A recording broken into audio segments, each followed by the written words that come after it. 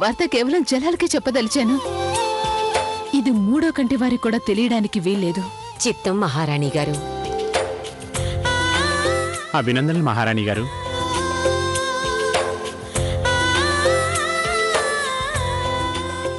యఖుదా, నీకు శతకోటి వందనాలు. ఎట్టకేలకు నా కోరికను నెరవేర్చావు.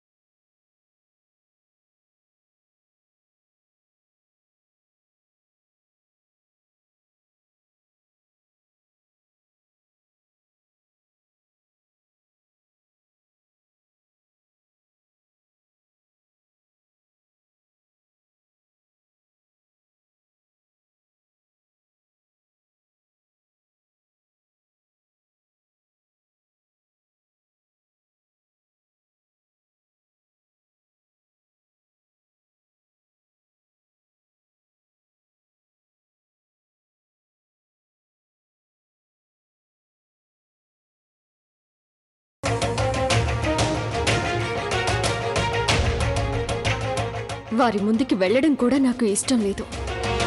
కానీ ఇది దేవుడి హారతి కదా, అందువల్ల ఇవ్వక తప్పదు.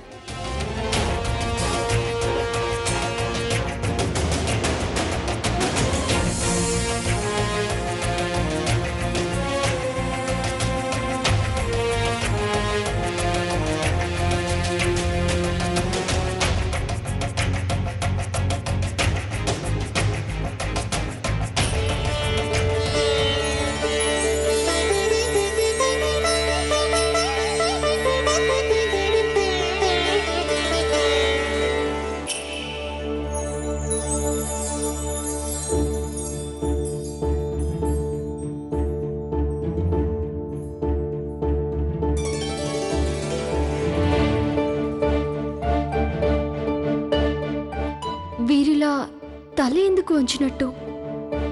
మేము తన ముందు తల వంచినా కూడా తను మాకు బొట్టు పెట్టడం లేదేంటి?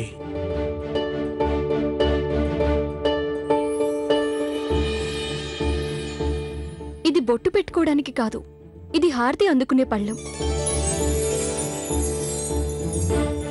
అలా కాదు, పళ్ళెం కాదు, హారతి. నేను చూపిస్తానుండండి.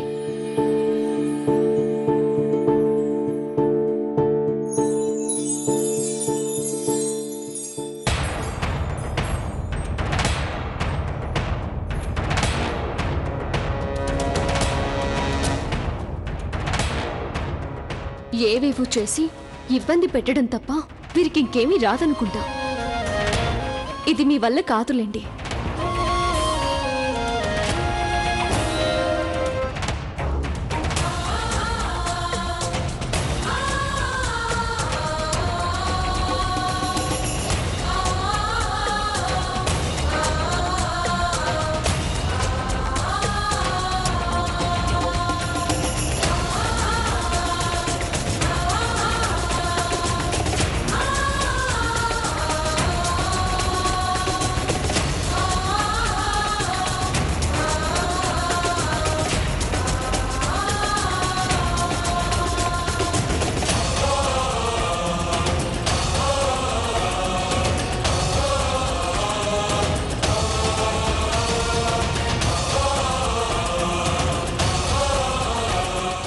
దయచేసి మన్నించండి షహీన్షా. రుకయ్య బేగం గారు తమని చూడాలంటున్నారు, కలుసుకోమని వేడుకుంటున్నారు. మేమిప్పుడే వస్తామని వారికి చెప్పు.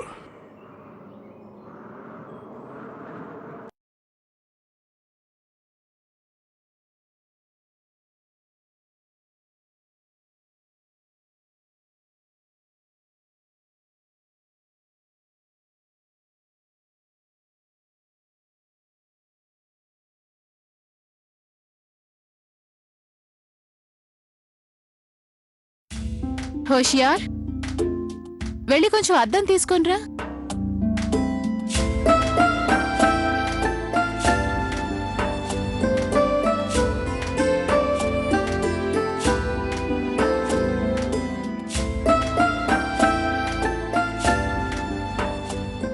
ఇంతవరకు మీరు అద్దం చూసుకోవడం నేను చూడలేదు.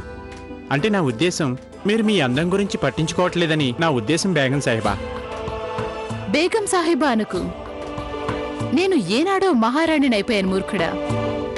నేను నా మొహం కాదు, నేను అద్దంలో చూస్తున్నది తల్లిని కాబోతున్నా ఆ మహారాణి ముఖంలోని కాంతిని మాత్రమే చూస్తున్నాను. అంటే మీకు తల్లిని కాబోతున్న సంతోషం లేదా? తల్లి అవడం అంటే ఏ ఆడదైనా అవ్వచ్చు, కానీ దేశపాలకుడికి తల్లి కావటం అనే వరం ఆ ఖుదా కొందరికి మాత్రమే ప్రసాదిస్తాడు. షెహిన్షా గారికి జయము జయములు. ఏం జరిగింది రుకయ్య? మీరు మమ్మల్ని రమ్మన్నారట? ఇంత ఉదయమే మీరు మమ్మల్ని రమ్మటం ఆశ్చర్యంగా ఉంది. అయితే ఉదయం అనేది ఇంత అందంగా ఉండడం ఇదే మొదటిసారి జలాల్. ముందిది చెప్పండి, మీరు నా కోసం ఏం చేయగలరో? ఇది అడగటానికే మీరు మమ్మల్ని రమ్మని చెప్పారా? అరే, నీకు కోపం వచ్చినట్టుంది. సరేలేండి, ప్రశ్నని మార్చి అడుగుతాను. నేను కనుక మహారాణి గారిని దర్గాకి వెళ్లకుండా ఆపగలిగినట్లయితే మీరు నాకు ఏమివ్వగలరో చెప్పండి.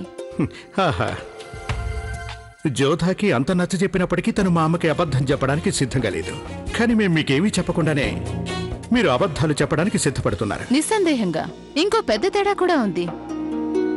నేను ఏది కాబోతున్నానో అది జోధా కోరుకున్నా కూడా కాలేనిది. మీరనేదేంటి?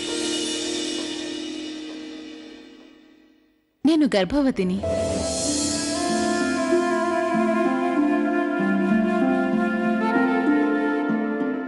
ఏంటి? ఒకసారి మళ్ళీ చెప్పండి. నేను తల్లిని కాబోతున్నాను జలాల్.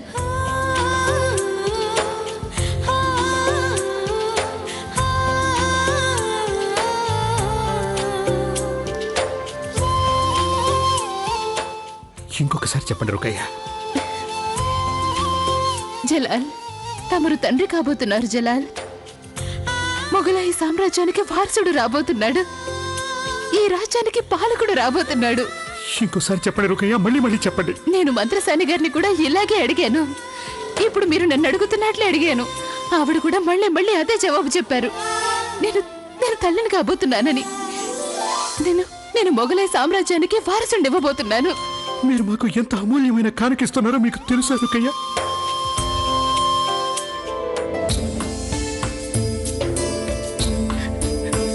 ఖుదా మా మొర ఆలకించాడు. మీరు వారసుని ఇస్తారన్న నమ్మకం మాకు ఉండేది కాదు. కానీ ఖుదా ఒకవేళ మాకు కూతుర్నే ప్రసాదించిన మనం రాకుమారిని ఎంత అల్లారు ముద్దుగా చాలా గొప్పగా పెంచుకున్నాం రుకయ్య. లేదు జలాల్, నేను తమరికి ఖచ్చితంగా కొడుకునే ఇస్తాను. ఈ సామ్రాజ్యానికి వారసుని కనబోతున్నాను నేను. మేము యావత్ ప్రపంచాన్ని జయించినంత ఆనందంగా ఉంది మాకు.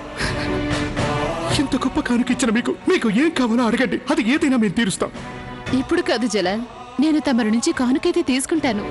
కానీ అది మీకు మొఘలాయి సామ్రాజ్యానికి వారసునిచ్చిన తర్వాతే. ఈ కానుక మీరు నాకు బాకీ అనుకుందాం. కానుక బాకీ కాదు, వాగ్దానం చేస్తున్నాం. మేం మీకు వాగ్దానం చేస్తున్నాం.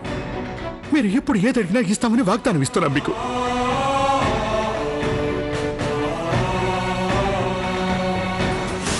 మన సామ్రాజ్యంలో అన్ని పరగణాలకి, అన్ని గ్రామాలకి, ప్రతి పట్టణంలో ఈ సందేశాన్ని తెలియజేయండి.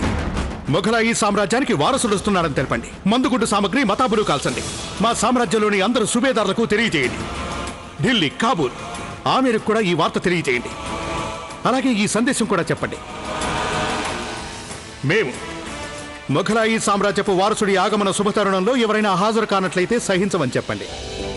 ఎంతో కాలంగా ఆశించిన నా ఆశ ఎన్నో ఏళ్ల తర్వాత నెరవేరింది. షెహన్షా నాకు వాగ్దానం చేసేశారు హోషియార్. ఏ రోజు నేను పాలకుడి మాతృమూర్తిననే హోదా పొందుతాను, ఆ రోజే నేను ఈ సామ్రాజ్యపు అధికారం మొత్తాన్ని నా గుప్పిట్లోకి తీసేసుకుంటాను. ఏమిటా అధికారం మహారాణి గారు? ప్రస్తుతం ఆ మహామంగకున్న అధికారాలు, మహామంత్రిగా ఆవిడకున్న అధికారం, దర్బారులో ఆవిడ ప్రదర్శిస్తున్న అధికారం, ఈ అధికారాలన్నీ కూడా నేను ఆవిడ నుంచి లాగేసుకుంటాను. తీపి తినండి అత్తయ్య గారు, రుకయ్య బేగం తల్లి కాబోతున్నారు. నీ ఆనందం చూస్తే ఏమనిపిస్తోందంటే ఏదో నువ్వే తల్లివవుతున్నట్టు సంబరపడుతున్నావు. అత్తయ్య గారు, నేను తల్లైనంత మాత్రాన రుకయ్య బేగం తల్లైనందువల్ల సిద్ధించే లక్ష్యం సిద్ధించబోదు కదా. అవునా? అర్థం కాలేదు అత్తయ్య గారు. షహిన్షాకి పిల్లలంటే ఎంత ఇష్టమో అందరికీ తెలిసిన సంగతేగా. ఆయనకి తనదైన సంతానం పుడితే అది కూడా వారి విశిష్ట రాణి ద్వారా. ఇక చెప్పేదేముంది, వారప్పుడు అత్యధిక సమయాన్ని తన భార్యతోనూ తన సంతానంతోనూ గడుపుతారు. దాని ఫలితంగా వారు సామ్రాజ్యపు వ్యవహారాలకి ఎక్కువ వ్యవధి కేటాయించలేరు కదా. అప్పుడు ఆయన బరువు బాధ్యతలు ఎవరికి అప్పగిస్తారు? నాకు శ్రీవారు తమరికి కుమారుడు అయిన ఆదం ఖాన్కేగా. సంతోషించాల్సిన విషయమేగా. సంతోషించదగ్గ విషయం ఏంటంటే రుకయ్య కడుపుతో ఉండటం కాదుగాని నీ బుద్ధి కూడా చురుగ్గా పనిచేయడం. ఈ సంతోషం సందర్భంగా నువ్వే తీపి తినాలి.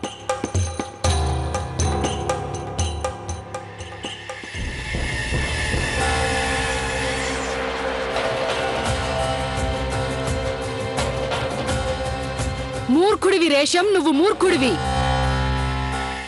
వారసుడు పుట్టాడంటే ఆవిడ పాలకుడి మాతృమూర్తి అయిపోతుంది.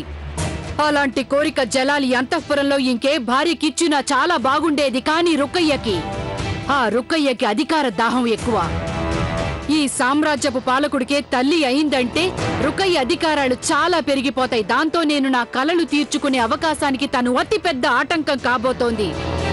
రేషం, నేను కావాలనుకున్నా మర్చిపోలేనిది ఆ రుకయ్య అంతఃపురంలోకి ఆదాం ఖాన్ ప్రవేశించటం కళ్ళారా చూసిన సంగతి. అప్పుడు ఎలాగో కష్టపడి ఆదం ఖాన్ని మీరు తప్పించగలిగారు. రుకయ్య నోరు ముయించేశారు, తన రెక్కలు కట్టి పడేశారు. రెక్కలు కట్టేయగలిగానే తప్ప కత్తిరించలేకపోయాను. తనకి హోదా లభించగానే రుకయ్య మళ్లీ తన రెక్కలు విస్తరించుకుంటుంది. తనకి సామ్రాజ్యపు అధికారం కైవసం చేసుకోవాలని ఆశ. అప్పుడు తను ప్రస్తుతం అధికారంలో గలవారి నుంచి అవన్నీ లాగేసుకుంటుంది. అవున్నవి ఎవరో కాదు, నేనే రేషం, నేనే. మేము ఇవాళ చాలా ఆనందంగా ఉన్నాం. జీవిత ఖైదు అనుభవిస్తున్న 100 మంది ఖైదీలను విడుదల చేయండి. ఫకీర్లకి, పేదవాళ్ళకి అడిగినంత దానం లేదనుకుండా ఇవ్వండి. మాకు వారసుడొస్తున్న ఈ శుభ సందర్భంలో విరివిగా దాన ధర్మాలు చేయండి. ఈ వార్త వినగానే ఎంతగానో మహామంగ తల్లడిల్లిపోయింది. నిస్సందేహంగా నాకు దాని గురించి ఎలాంటి ఆందోళన లేదు. నాకు ఆసక్తికరంగా ఉన్నదేంటంటే హిందూ బేగమైన జోధ ఈ వార్త విని ఎలా స్పందిస్తుందో అని. నిజమా? ఇదెంతో శుభకరమైన వార్త. దీంతో నా ఆందోళన తొలగిపోయింది. అత్తగారి కోరిక నెరవేరబోతోంది. ఇకపై ఆవిడ దర్గాకి కఠిన ప్రయాణం చేయనక్కర్లేదు. నాకు ఆనందంగా ఎందుకుందంటే ఇక మీరు అనవసరమైన అబద్ధపు నటన చేయనక్కర్లేదు గనక. నేను చెప్పానా జోదా, మీకు మీ కన్నయ్య తప్పకుండా దారి చూపిస్తాడని. ఖుదా మీ మొర ఆలకించాడు బేగం సాహెబా. ఫకీర్ సాహెబ్ ఆశీస్సులు ఫలించనున్నాయి. మొగలాయి సామ్రాజ్యానికి త్వరలోనే వారసుడు రానున్నాడు. అంతా పైవాడి దయ. ఈ వార్త వినడానికే ఎన్నో ఏళ్లుగా నేను తప్పించిపోతున్నాను. రుకయ్య బేగం కడుపుతో ఉన్నారట హుషియార్. అవును, ఆవిడ ఈ సామ్రాజ్యానికి వారసుని ఇవ్వబోతున్నారు. ఖచ్చితంగా కొడుకే పుడతాడని లేదు కదా? ఖచ్చితంగా కొడుకే పుడతాడు. కావాలంటే నేను రాసివ్వడానికి కూడా సిద్ధమే. నాకెంతో సంతోషంగా ఉంది జలాల్. ఈ శుభవార్త సందర్భంగా సంబరం జరిపి తీరాల్సిందే. ఒడికట్టు సంబరం, తర్వాత ఒక పెద్ద విందు, అలాగే ఫకీర్లకి విరివిగా దాన ధర్మాలు. మేము నీతో ఏకీభవిస్తున్నామమ్మా. పెద్దమ్మగారు, అన్ని పరగణాల చుట్టుపక్కలకి, సామ్రాజ్యపు శ్రేయోభిలాషులకి, స్నేహితులకి ఈ శుభవార్త తెలియజేయండి. తప్పకుండా. నాకు కొత్త కోడలి పాదం ఎంతో శుభస్కరం అనిపిస్తోంది. తను అంతఃపురంలో అడుగుపెట్టినప్పటి నుంచి అన్ని శుభవార్తలే వినిపిస్తున్నాయి నాకు. బహుశా మొఘలాయి సామ్రాజ్యం పటిష్టం కావాలని సంకల్పంతో ఖుదా తనని పంపినట్టున్నాడు. నేను కృతజ్ఞతలు చెప్పుకుంటూ నమాజ్ చేసి వస్తాను.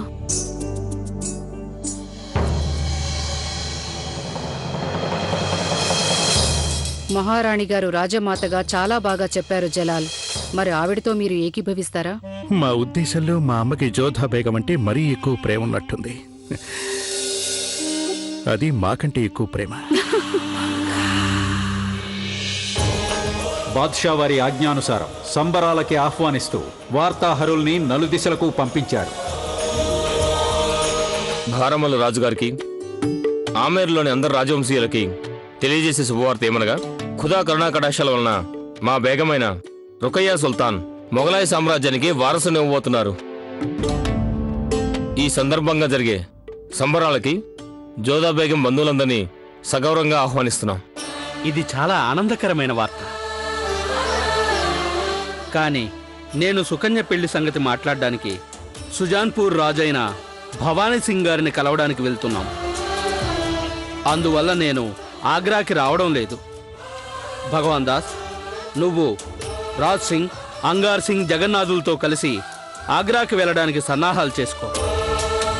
వారికి నా క్షమాపణలు చెప్పు. నేను రాలేకపోయిన కారణం గురించి, నేను మైనావతి ఎందుకు రాలేకపోయామో వారికి తెలియజేయి. మహారాణి, ఇలాంటి ఉత్సవాల్లో గర్భిణులకి ఆనవాయితీగా ఇచ్చే కానుకలన్నీ మీరు సంసిద్ధం చేయండి. అలాగే.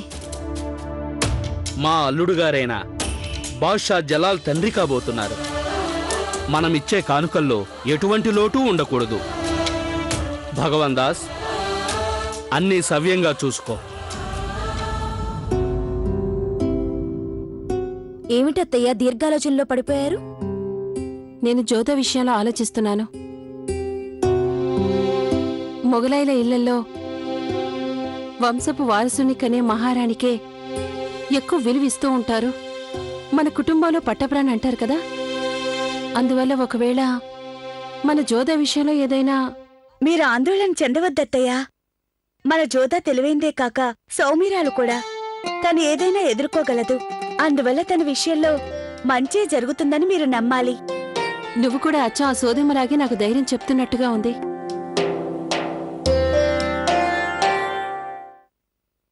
మోతి, ఏమైంది? నీ కాళ్ళకి ఎవరైనా సంకెళ్ళు వేశారా? నీ ఆరోగ్యం బానే ఉందిగా, మరేంటి ఆలోచన? మీ విషయంలోనే దిగులుగా ఉంది జోదా. మీరైతే ఈ కానుక తీసుకుని రుకయ్య బేగం దగ్గరకు బయలుదేరుతున్నారు గాని మరావిడ మిమ్మల్ని చూసి ఆనందిస్తుందంటారా? నువ్వు భలేదానివి మోతి. మా అమ్మలాగే అన్నిటికీ ఆందోళన పడిపోతావు. అయినా ఇది ఆనందకరమైన సందర్భం. అసలు నేను ముందు ఆమేరు రాకుమారిని అయిన తర్వాతే షహీన్షాకి బేగం నయ్యాను. తల్లి కాబోతున్నా ఒక స్త్రీకి అభినందనలు తెలియజేయడం నా కర్తవ్యం మాత్రమే కాకుండా ఆమేరు సాంప్రదాయం కూడా. ఏదేమైనా గాని నేను కూడా ఈ కుటుంబంలో ఒకదాన్నే కదా. రుకయ్య బేగంకి అభినందనలు తెలియజేయడం చాలా ముఖ్యం. ఒకవేళ నేను వెళ్ళకపోతే ఆవిడ తప్పుగా అనుకునే అవకాశం ఉంది. ఇక పద. బేగం సాహిబా, జోదా బేగం తమని కలవడానికి అనుమతి కోరుతున్నారు. తను తెలివైందని ఒప్పుకోవాల్సిందే. ఆలస్యం కాకుండా తన విలువేంటో గుర్తించగలిగింది. లోపలికి తీసుకురావండి.